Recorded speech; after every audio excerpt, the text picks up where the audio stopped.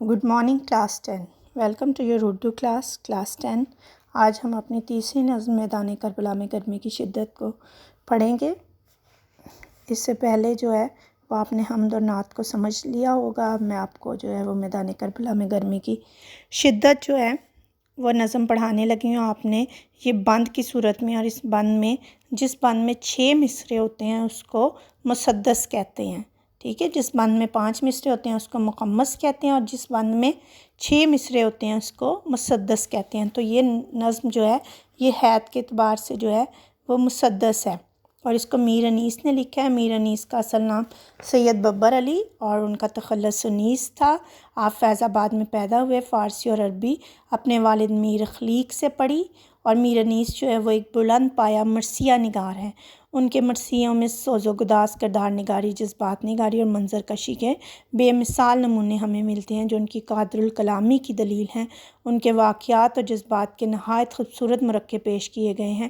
ان کا مرثیہ پڑھنے کا انداز جو تھا وہ سما باندھ دیتا تھا، اور اردو کے معروف محقق حافظ محمود شیرانی نے ان کے لیے کہا ہے کہ وہ اقالیم مرثیہ نگاری کے شہنشاہ تھے. میر صاحب بہت پرگو تھے.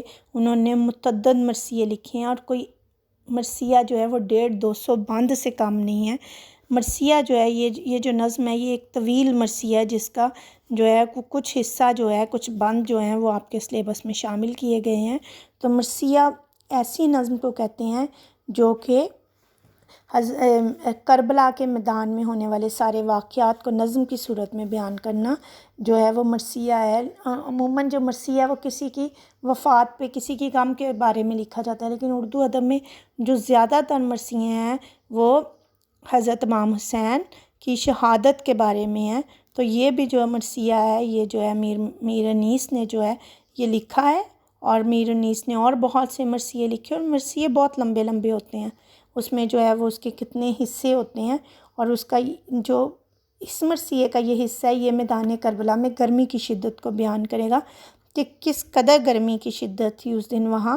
پہلے میں آپ کو ایک ایک لفظ کے پہلے بند کا ایک ایک لفظ کا معنی بتا دوں گی، اور پھر اس کی تشریح کروں گی. گرمی کا روز جنگ کی کیوں کر کروں بیان. بیان کرنا، ذکر کرنا.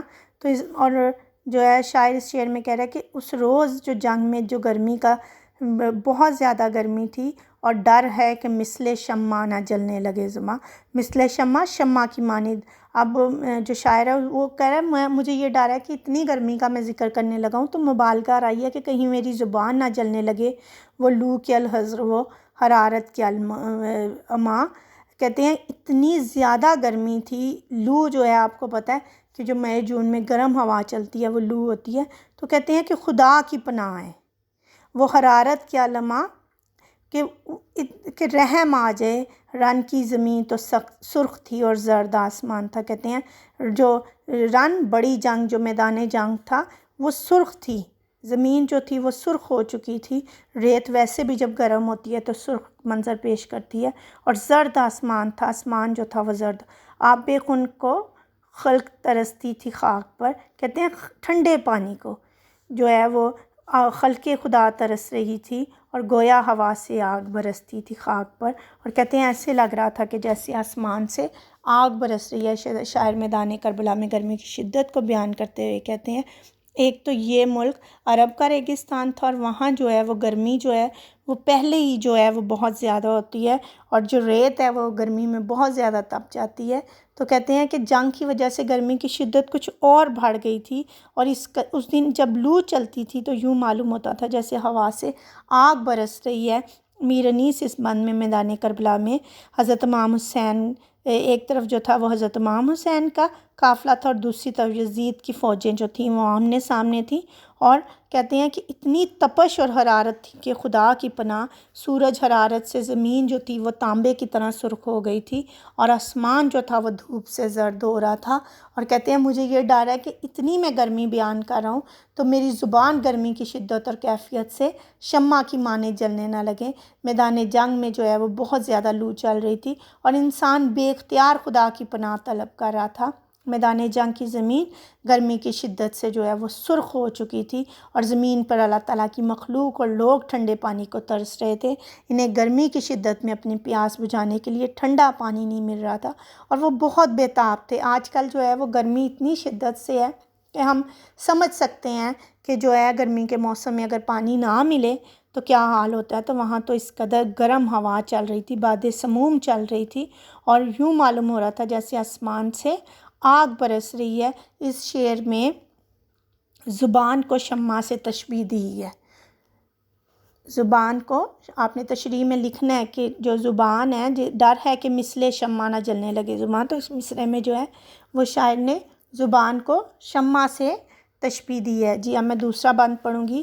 وہ لو و آفتاب کی حدت و تب و تاب، کالا تھا رنگ دھوپ سے دن کا مثال شب، خود نہر کامہ کے بھی سوکھے ہوئے تھے لب، خیمے جو تھے حبابوں کے تپتے تھے سب کے سب، اڑتی تھی خاک خشک تھا چشمہ حیات کا، کھولا ہوا تھا دھوپ سے پانی فرات کا۔ اب لو جو ہے وہ تیز گرم ہوا کو کہتے ہیں، آفتاب سورج، حدت تپش، تب و تاب چمک دھمک، مثال شب رات کی مانند، لب ہونٹ، خیمے جو تھے حبابوں کے، حباب کہتے ہیں بلبلے کو، حیات زندگی، اٹھتی تھی خاک خشک تھا چشمہ حیات زندگی، اور کھولا ہوا تھا دھوپ سے پانی فرات کا۔ فرات جو ہے وہ نہر ہے، تو کہتے ہیں کہ لو اور سورج کی حدت اتنی زیادہ تھی کہ زمین کا رنگ سیاہ پڑ چکا تھا، اور جو نہر تھی جو ہے اس کا پانی جو ہے وہ ختم ہو چکا تھا، اور خیمے تپ رہے تھے، دریائے فرات کا پانی کھول رہا تھا۔ تو میدان کربلا میں گرمی کا موسم ہے، تیز لو چل رہی ہے، سورج تپا ہوا ہے، اور اس قدر جو ہے وہ دھوپ ہے کہ وہ جو ہے وہ جو پانی ہے جو کہ نہر کے اندر ہے، اس کے جو ببلز ہیں وہ بھی تپ چکے ہیں۔ تو کہتے ہیں پانی کے بلبلے جو ہیں وہ خیموں کی مانند تھے، اور ہر طرف سے خاک اڑ رہی تھی، ہر چیز جو ہے وہ دھوپ میں جس طرح آگ پہ رکھ کے جل کے سیاہ ہو جاتی ہے، یہ منظر پیش کر رہی ہے، اور ہر طرف جو ہے وہ گرمی ہے۔ اور اس کے جو دریا تھا اس کا پانی، آپ کو پتہ ہے کہ دھوپ میں جو ہے وہ پانی بھی گرم ہو جاتا ہے، تو کوئی بھی چیز ہو وہ جو ہے وہ ہیٹ اس کے اندر چلی جاتی ہے۔ تو کہتے ہیں کہ پانی جو تھا اس میں بننے والے جو بلبلے تھے وہ بھی تپ رہے تھے، ہر طرف خاک اڑ رہی تھی، اور ایسے میں زندگی بے جان ہو چکی تھی، اڑتی تھی خاک، خشک تھا چشمہ حیات کا۔ کہتے ہیں خاک اڑ رہی تھی، اور جو زندگی کا چشمہ تھا وہ زندگی جو تھی وہ مایوسی کے عالم میں تھی، گرمی کی شدت سے زندگی مایوس ہو چکی تھی، کھولا ہوا تھا پانی فرات کا۔ اور یہ جو دریائے فرات ہے اس کا سارا پانی جو ہے وہ کھول چکا تھا، بھر چکا تھا۔ جی اگلا بند۔ خیموں سے چار پائے نہ اٹھتے تھے تاب شام، مسکن میں مچھلیوں کی سمندر کا تھا مقام۔ کہتے ہیں جھیلوں میں چار پائے نہ، چار پائے چار پاؤں والے جانور، جھیلوں میں چار پائے نہ اٹھتے تھے تاب شام، تاب شام شام تک جو ہے وہ چار پاؤں والے جو جتنے بھی چوپائے تھے وہ پانی میں رہنا پسند کرتے تھے، اور مسکن جو مچھلیوں کے سمندر کا تھا مقام۔ اور کہتے ہیں کہ یہ عالم تھا کہ جو مچھلیاں تھیں سمندر میں وہ جو ہے وہ گہرے پانی میں اپنا رہنے کی جگہ، مسکن رہنے کی جگہ انہوں نے ڈھونڈ لی تھی۔ آہو جو کاہلے تھے تو چیتے سیاہ فام، کاہل سست ہو جانا، سیاہ فام کالی رنگت ہو جانا، اور پتھر پگھل کے رہ گئے تھے مثل موم خام، اور پتھر جو تھے وہ مثل کہتے ہیں مثال کو، خام کہتے ہیں کچے کو، جو را مٹیریل ہوتا ہے اس کو کہتے ہیں خام ہونا۔ تو کہتے ہیں کہ یہ عالم تھا کہ ہر طرف جو ہے وہ جو تھا وہ اتنی گرمی کا عالم تھا کہ جو ہے وہ پتھر جو تھے وہ موم کی طرح ہو چکے تھے، سرخی اڑی تھی پھولوں سے سبزی گیا سے، سرخی پھولوں کی ایک شادابی ہوتی ہے، اس کا سرخ رنگ ہوتا ہے، کہتے ہیں وہ ختم ہو چکا تھا، اور اس کی جگہ جو ہے وہ سبزی جو تھی گھاس پھوس سب کچھ جل کے راکھ ہو جاتی ہے، گیا کہتے ہیں گھاس پھوس کو، اور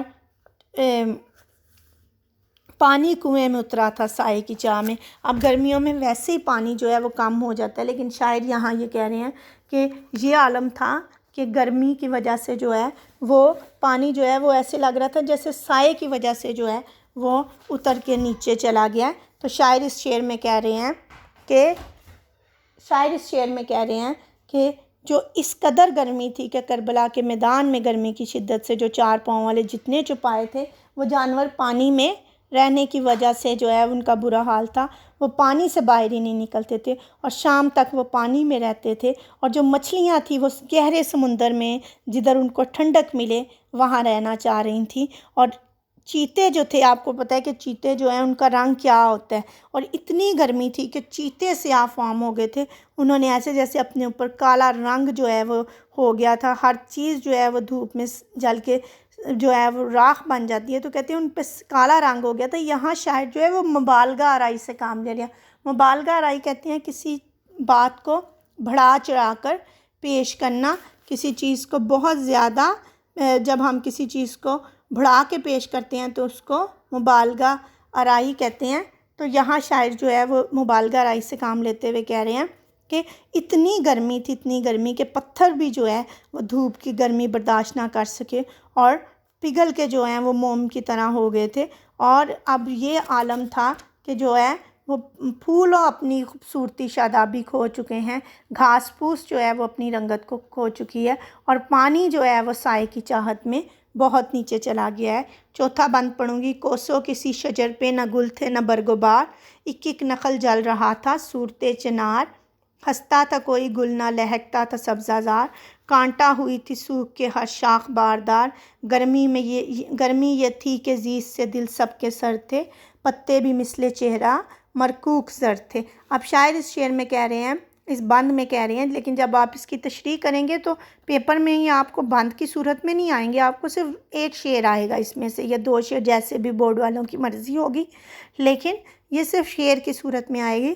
لیکن یہاں جو ہے جب آپ تشریح کریں گے تو ویسے بھی شعر کی صورت میں کریں گے، لیکن میں آپ کو اس کے پورا بند جو ہے وہ ایک ٹاپک پہ ہوتا ہے، اس لیے میں آپ کو بند کے حوالے سے تشریح کروا رہی ہوں۔ کوسوں کہتے ہیں میلوں کو، ایک کوس جو ہے وہ 1.5 میل کے برابر ہوتا ہے۔ کوسوں کسی شجر پہ نہ گل تھا، گل پھول نہ برگ و بار، برگ کہتے ہیں پھول کو اور گل کہتے ہیں پھول کو اور برگ کہتے ہیں پتے کو، ایک ایک نخل جل رہا تھا، نخل چھوٹا پودا، صورت چنار سرخ پھولوں کی طرح کا ایک درخت ہوتا ہے اور ایسے لگ رہا ہوتا ہے جیسے اس میں آگ سی ہے، سرخ رنگ کے پھول ہیں، ہنستا تھا کوئی گل نہ لہکتا تھا سبزہ زار وادی، کانٹا ہوئی تھی سوکھ کے ہر شاخ باردار پھلدار شاخ، گرمی یہ تھی کہ زیست زندگی سے دل سب کے سرد تھے، پتے بھی مثلے چہرہ مرکوک زر تھے۔ مرکوک جو ہے وہ ٹیوبر کلاسس ٹی بی کے مریض کو کہتے ہیں، ٹی بی کے مریض کی جو ہے وہ رنگت سیاہ زرد رنگ کی ہو جاتی ہے، تو وہ پیلا اس کے سارا رنگ ہو جاتا ہے، اس لیے کہتے ہیں کہ پتے بھی ایسے لگ رہا تھا جیسے ان کو دق کے مریض ہو گئے ہیں۔ اس کی تشریح سنیں۔ میلوں تک کسی درخت پہ کوئی پھول پھل نہیں تھے، ہر پودا جو تھا وہ چنار کی طرح جل رہا تھا، اور کسی ایک چھوٹے سے چھوٹے پودے پہ بھی جو تھے وہ کوئی پتے نہیں تھے، کچھ بھی نہیں تھا، اور اگر درخت بھی تھے تو درختوں کے رنگ ایسے ہو چکے تھے جیسے کہ ٹی بی کے مریض ہوتے ہیں، یہ عالم ہو گیا تھا۔ اور ہر طرف جو ہے وادی میں کوئی رونق نہیں تھی، سبزہ زار میں جدھر ہرن پھرتے ہیں، جدھر وہ اپنی جو ہے وہ بہار نظر آتی ہے سبزہ زار میں، وہاں کوئی رونق نہیں تھی، نہ کوئی پھلدار شاخ نظر آ رہی تھی، اور آج گرمی اس قدر تھی، کہتے ہیں اس شدید گرمی میں لوگ جینے سے بیزار تھے اور ان کے دل کی امنگیں ختم ہو گئی تھی۔ گرمی یہ تھی کہ زیست سے دل سب کے سر تھے، ایسے جیسے کسی میں زندگی کی کوئی رمق نہیں تھی، زندگی کی کوئی ہمیں آثار نظر نہیں آ رہے تھے، اور جو ہے وہ یہ عالم تھا کہ پتے ایسے تھے جیسے کہ دق کے ٹی بی کے مریض ہوتے ہیں اور پیلے ہو چکے تھے، اور گرمی کی شدت کا برا حال تھا۔ اگلا بند، شیر اٹھتے تھے نہ دھوپ کے مارے کچار سے، کچار شیر کے رہنے کی جگہ، آہو ہرن نہ منہ نکالتے تھے سبزہ زار، ہرا بھرا میدان، آئینہ مہر کا تھا مقدر غبار سے، مہر کہتے ہیں سورج کو، میلا ہونا مقدر، اور اس کے بعد گردوں کو تپ چڑھی تھی، گردوں آسمان، تپ بخار، زمیں کے بخار سے گرمی سے مضطرب تھا، مضطرب بے چین ہو جانا، زمانہ زمین پر بھن جاتا تھا جو گرتا تھا دانہ زمین پر۔ تو شاعر اس شعر میں گرمی کی شدت کی کیفیت بیان کر رہے ہیں کہ شیر جیسے درندے جو تھے وہ تیز دھوپ کی وجہ سے اپنے ٹھکانے، اپنی کچار کو، جہاں شیر رہتا ہے اس کو کچار کہتے ہیں، اپنی کچار کو چھوڑ نہیں رہے تھے، اور جو ہے وہ ہرن جو تھے وہ میدان کی طرف منہ نہیں کرتے تھے۔ اور گرمی کی یہ شدت کا حال تھا کہ سورج جو ایک صاف شفاف اور روشن آئینے کی طرح چمکدار ہے، ایسے لگ رہا ہے جیسے گرد و غبار سے گرمی کی شدت اور گرد و غبار سے جو وہ ہے میلا ہو گیا ہے، اور ایسے معلوم ہوتا ہے کہ زمین کے گرم بخارات سے آسمان کو تیز بخار چڑھ گیا ہے، گویا زمین کی سخت گرمی کا اثر آسمان تک جا پہنچا ہے۔ یہ سب مبالغہ رائی ہے بات کو گرمی کے اس روز کو بیان کیا گیا ہے، اور کہتے ہیں کہ کوئی بھی اس گرمی میں محفوظ نہیں ہے۔ اس طرح زمین اور آسمان دونوں گرمی سے تپ رہے تھے، اور زمین کا فرش تندور کی طرح گرم تھا، اور کہتے ہیں اس کا اندازہ وہ آخری مصرعے میں وہ یہ کہہ رہے ہیں کہ بھن جاتا تھا جو گرتا تھا دانہ زمین پہ۔ اب وہاں ریت تھی، اور ریت میں یہ جو دانے بھونتے ہیں نا، یہ بھی ریت میں بھونتے ہیں، تو کہتے ہیں یہ عالم تھا کہ جو بھی دانہ گرتا تھا وہ بھون جاتا تھا، اور گویا اسے کسی بھٹی میں ڈال دیا ہو۔ تو یہ سب کچھ مبالغے کی انتہا ہے کہ ہر کوئی جو ہے وہ بے چین تھا۔ گرداب پہ تھا شعلہ جوالا کا گماں، انگارے تھے حباب تو پانی شرر فشاں، منہ سے نکل پڑتی ہے ہر موج کی زباں، طے پر تھے سب نہنگ مگر تھی لبوں پہ جاں، پانی تھا آگ گرمی روزے حساب تھی، ماہی جو سیخ موج تک آئی کباب تھی۔ اب شاعر اس شعر میں کہہ رہے ہیں گرداب کہتے ہیں پانی کے بھنور کو، اور شعلہ جوالا آگ کا دائرہ، انگارے آگ جس میں دہکتے ہوئے ٹکڑے ہوتے ہیں اس کو انگارہ کہتے ہیں، حباب بلبلے کو کہتے ہیں، پانی شرر فشاں چنگاریاں برسانے والا، منہ سے نکل پڑتی تھی ہر ایک موج کی، موج لہر کو کہتے ہیں، کہ زباں طے پر تھے سب نہنگ، طے کہتے ہیں زمین کا نچلا حصہ، نہنگ مگرمچھ، اور روز حساب قیامت کا دن، ماہی مچھلی۔ تو شاعر اس شعر میں کہہ رہے ہیں کہ پانی میں جو بھنور بنتا تھا وہ ایسے لگتا ہے جیسے کسی نے آگ کا شعلہ جلا کر اسے چکرا دیا ہو اور اپنی تپش چاروں طرف بکھیر رہا ہے۔ پانی میں جو بلبلے بنتے تھے وہ بھی جو ہے وہ ایسے دہک رہے تھے جیسے انگارے ہوں، دریا کا پانی آگ برسا رہا تھا، گویا بہت ہی زیادہ گرمی تھی، اور دریا کی موجیں بھی پریشان تھیں۔ دریا میں موجود مگرمچھ جو ہے وہ پانی کی تہہ میں چلے گئے تھے، کیونکہ پانی نے آگ کی شکل اختیار کر لی تھی، اور ایسے محسوس ہوتا تھا کہ قیامت آ گئی ہے۔ پانی میں موجود مچھلیاں جو تھیں وہ پریشان تھیں، اور ہر ایک چیز جو تھی وہ گرمی سے بے حال ہو چکی تھی۔ یہاں میر انیس جو ہے وہ مبالغہ رائی سے کام لے رہے ہیں اور کہہ رہے ہیں کہ اسلام کی سربلندی کے لیے حضرت امام حسین رضی اللہ عنہ اپنے موقف پر ڈٹے رہے، اور وہ کسی چیز سے نہیں ڈرے، اور انہوں نے جان دے دی لیکن باطل کو حق کہنے پر رضامند نہ ہوئے۔ اور یہ ساری جتنا بھی ہم نے پڑھا ہے یہ گرمی بیان کی گئی ہے کہ میدان کربلا میں کس قدر گرمی تھی اور کیا حالات تھے۔ Thank you.